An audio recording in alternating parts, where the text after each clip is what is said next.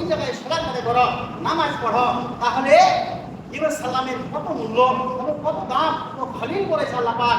ইব্রাহিম সাল্লামকে দোস্ত বলেছেন, আল্লাহর দোস্ত এটা ইব্রাহিম সাল্লাম। এবারে কাবা নির্মাণ হয়ে গেল।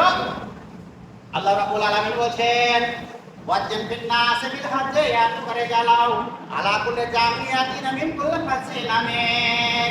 আল্লাহ রাব্বুল আলামিন বলেন ইব্রাহিম যে সারা বিশ্বের মানুষকে খবর দিয়ে দাও, মেসেজ দিয়ে দাও, এই কাবা ঘরে তারা হজ করার জন্য আসবে।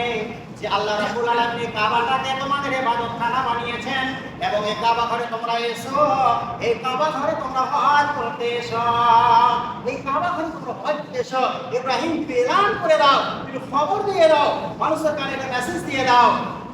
হযরত ইব্রাহিম সাল্লাল্লাহু বলছেন মায়াম বাসাউতে এ রাব্বুল আলামিন, আমি যে আওয়াজ দেব, আমি যে খবর দিব, এই খবরটা তো মক্কার প্রান্তরে থেকে যাবে, এখানে থেকে যাবে, আমার আওয়াজ সারা পৃথিবীর কোনায় কোনায় কিভাবে পৌঁছাবে এটা আমি বুঝতে পারি না। আল্লাহ রাব্বুল আলামিন বললেন হে ইব্রাহিম ইয়াবলুগু আলাইকা ওয়া লাইনাল বালা, হে ইব্রাহিম খবরটা দেওয়া তোমার দেখতো এবং সারা বিশ্বের কোনায় কোনায় এই মেসেজটা পৌঁছার এটা হলো আমার দেখতো।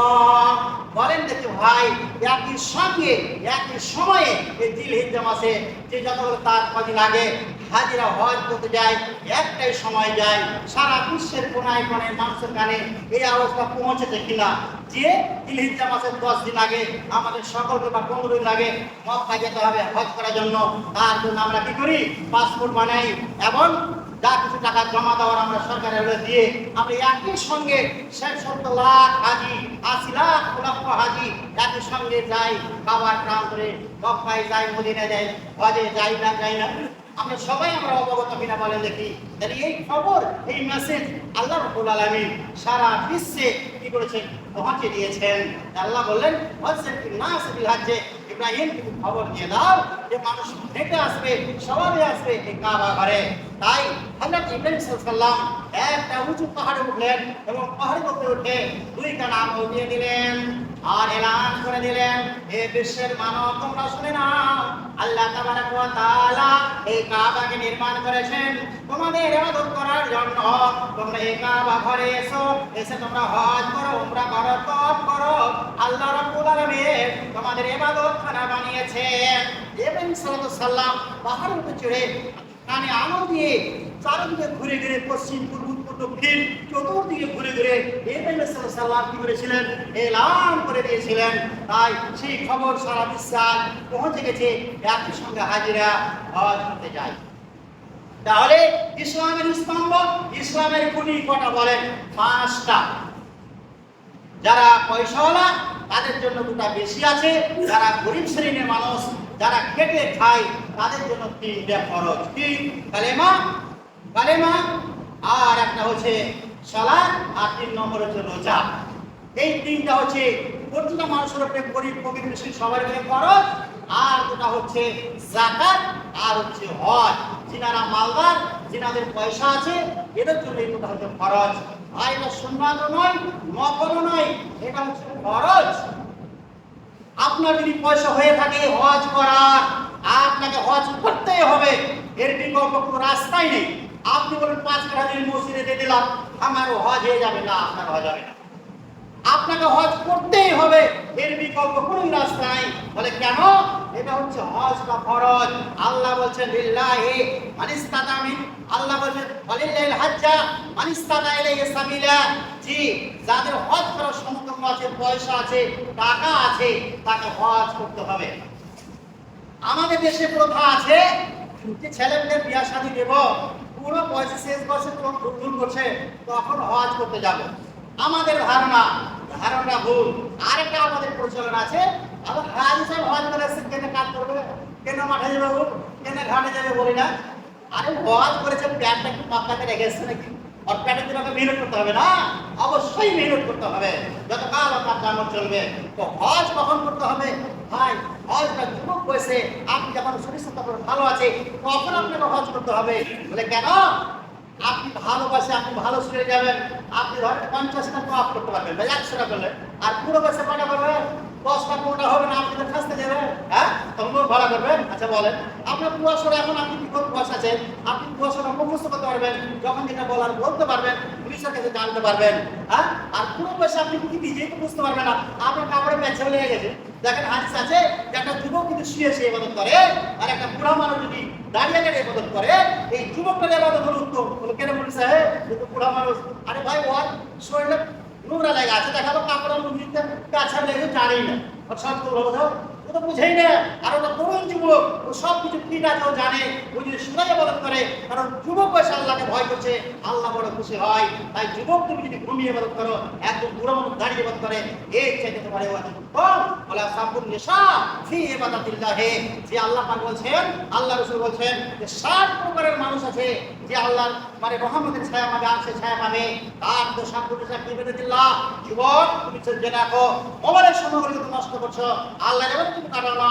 এই সময়টা যদি আল্লাহর কাছে কাটাও, তাহলে তুমি আল্লাহর রাস্তায় ছায়া পাবে। কিয়ামতের দিনে কঠিন দিনে। আমি সেদিকে যাচ্ছি না।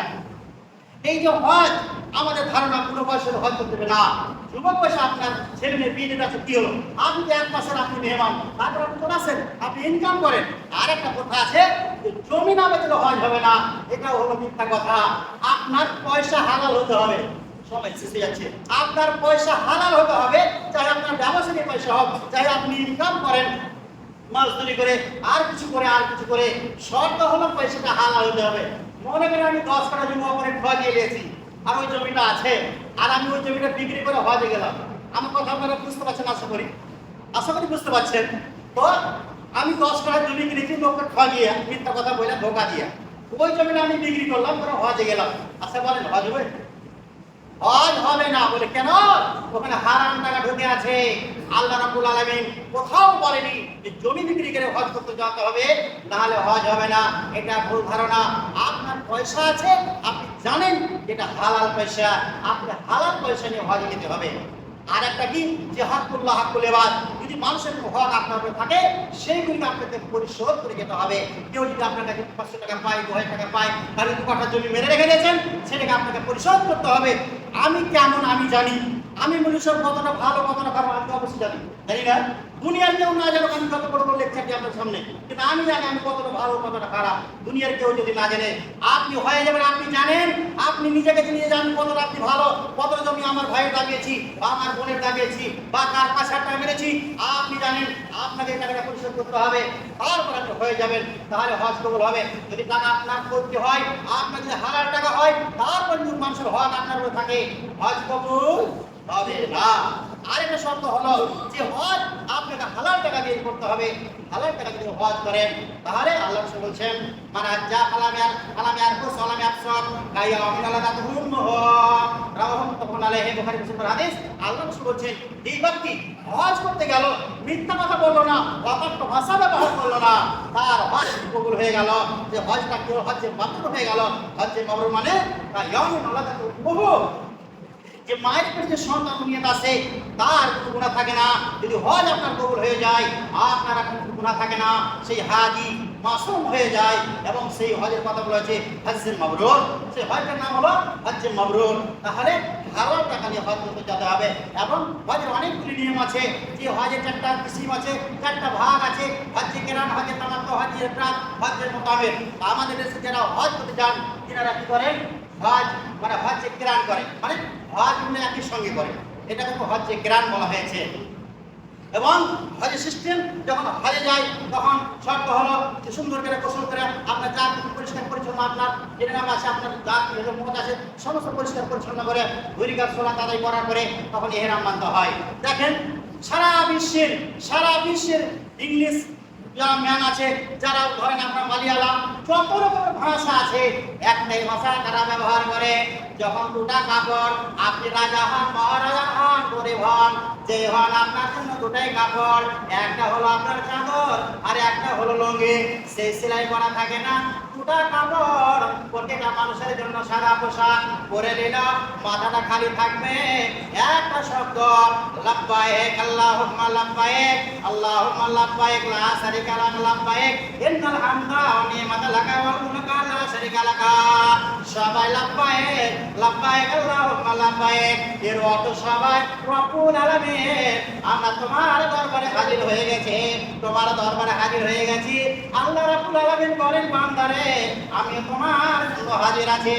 যারা হালাল টাকা নিয়ে গেছে আল্লাহ তাদের টাকা ছেড়া দেয়, যারা হারাম টাকা নিয়ে হজে গেছে তারা যখন লাব্বাইক বলে আল্লাহ বলে লা লাব্বাইক মালু হারামুন ওয়া তামু হারামুন। তুমি যে হজ করতে এসেছো তোমার টাকাগুলি হারাম, তোমার খাদ্যগুলি হারাম। ওয়াজিব তুমি হাজির আছো, আমি হাজির নই, কারণ খামাখা তুমি এসেছো তোমার টাকাগুলি নষ্ট করতে। আরে হজ করে যখন চলে এলো আর মানুষ হাজি বলছে কত মজা লাগছে, কিন্তু মজাই পেলে কিন্তু পরকালটা তোমার জন্য অন্ধকার, কারণ তুমি হারাম টাকা নিয়ে হজ করতে গেছো। বর্তমান যুগের মানুষ, যেই মানুষ যত মানুষকে ঠকাতে পারবে, যত মিথ্যা কথা বলতে পারবে, যত কুৎসা গাইতে পারবে, যত বিবাদ করতে পারবে, যত আমা করে জমিকে ঠকে নিতে পারবে, এই লোকটাই সমাজের বুকে বড় চালাক। চালাক কিনা ভাই? যে যত মানুষকে ঠকাতে পারবে, যত মিথ্যা কথা বলতে পারবে, এই লোকটাই সমাজের বুকে হলো চালাক। আর যেই মানুষটা সাধারণভাবে জীবন যাপন করে, মিথ্যা কথা বলতে পারে না, অপরকে ঠকাতে পারে না, অপরের জমি ফটিয়ে দিতে পারে না, এই লোকটা সমাজের বুকে বলে বড় খাপা। যদি ওর নাম লাও হয় বলে ওর ছেলে এক নম্বরে খাপা, হে কিছুই জান না। বন্ধুরে আমার, আপনি এই কথাটা জেনে রাখেন, আপনি দুনিয়ায় চালাক হতে পারেন, কিন্তু আখিরাতে আপনি হলেন, আপনার আখিরাতটা আপনার জন্য অন্ধকার হয়ে গেছে, পরকালটা আপনার জন্য অন্ধকার হয়ে গেছে। আপনি মরলেই জাহান্নামে চলে যাবে, এতে কোনো সন্দেহ নাই, এতে কোনো সন্দেহ নাই। অতএব আমাদেরকে হালাল টাকা নিয়ে আমাদের জীবনযাপন করতে হবে, আমাদের রুচি হালাল হতে হবে, আমাদের পয়সা হালাল হতে হবে, আমাদের কাপড় হালাল হতে হবে, তাহলে আমাদের হজ কবুল হবে। এবং এক কথা জেনে রাখেন, হজ হচ্ছে ফরজ। সিনাদের মাল হয়ে গেছে, আমি বলতে চাই আপনাদেরকে হজ করতেই হবে। যদি আপনি না করেন, জেনে রাখেন কথাটা আপনি রেকর্ড হচ্ছে, যদি আপনি হজ না করেন আপনি মারা যাবেন। মুসলিমদের হাদিস, ইরমিজি হাদিস আছে, মুসলিমের মুকদ্দমা আছে, আল্লাহ রাসূল বলেছেন যারা হজ করার সমতুল্য আছে আর ওই লোকটা যদি হজ না করে তাহলে ইহুদি কাফের বেদিনিয়া মারা যাবে। ইহা মারবে, ইহুদি কাফের বেদিনিয়া মারা যাবে। আপনাদেরকে বলে যাচ্ছি, অতএব হজ যে ফরজ, যাদের পয়সা আছে আপনাদেরকে হজ করতেই হবে, এর কোনো বিকল্প রাস্তা নেই। আপনাকে একবার হজ ফরজ, আপনাকে হজ করতেই হবে। আলহামদুলিল্লাহ, আমার আব্বা আম্মা 2013 টাকা হজ করি ইনশাআল্লাহ। আপনারা নিয়ত করেন প্রত্যেকটা মানুষ যে আমরা হজ করবো, আল্লাহ আমাদের যথেষ্ট পয়সা দাও, আমরা হজ করবো, আমরা খরচ কাজ, এটা আপনারা প্রত্যেকটা অন্তরে রাখেন এবং চেষ্টা করেন। হাজ মানে মেহনত করা, করে চেষ্টা করা যে আমি হজ করবোই, আল্লাহ আপনাকে করাবে। আপনি যদি নিয়ত করেন আমি হজ করবো, একটা বিড়ি খেলে 15 টাকা কিন্তু কি হয়, খরচ হয়, 20 টাকা খরচ হয়, ওই বিড়ির পয়সা যদি আপনি জমা করেন, আপনি 40 বছর যদি আপনি বিড়ির পয়সাটা 20 টাকা করে জমা করেন প্রতিদিন, একটা বিড়ি খেলে 20 টাকা খরচ হয় না ভাই? এটা বিড়ি না খাইয়ে টাকাটা জমা করে হজ করে যাবে কিনা? যাবে কি যাবে না? অবশ্যই যাবে। যদি আমরা চা খাই প্রতিদিন 50 টাকা বলে 50 টাকা চাই হয় না, আপনি 10 টাকা চা খান আর 40 টাকা বাঁচে জমা করেন, তো প্রতিদিন জমা করেন হজ করবেন কিনা? অবশ্যই পারবেন। আপনি চেষ্টা করলে প্রত্যেকটা মানুষ হজ করতে পারবে। আমরা নিয়ত করবো যে আল্লাহ রসুলের কবর আমরা জিয়ারত করবো, দেখবো, এবং কাবা যে আছে অনেক কথা আছে, আমরা কাবা শরীফে যাবো, দর্শন করবো, আমরা দোয়া করবো, অনেক কথা সময় শেষ হয়ে গেছে, আমি আর আগে পারছি না, সময়ের বড় মূল্য আছে। আল্লাহ রাব্বুল আলামিন আমাদের সকলকে হজ করার এবং যেন অর্থ আল্লাহ আমাদেরকে দেয়, আমরা যেন হজ করতে পারি, আল্লাহ আমাদের হজ করার তৌফিক দান করেন। বলেন আমিন, আল্লাহুম্মা আমিন। ইনশাআল্লাহ।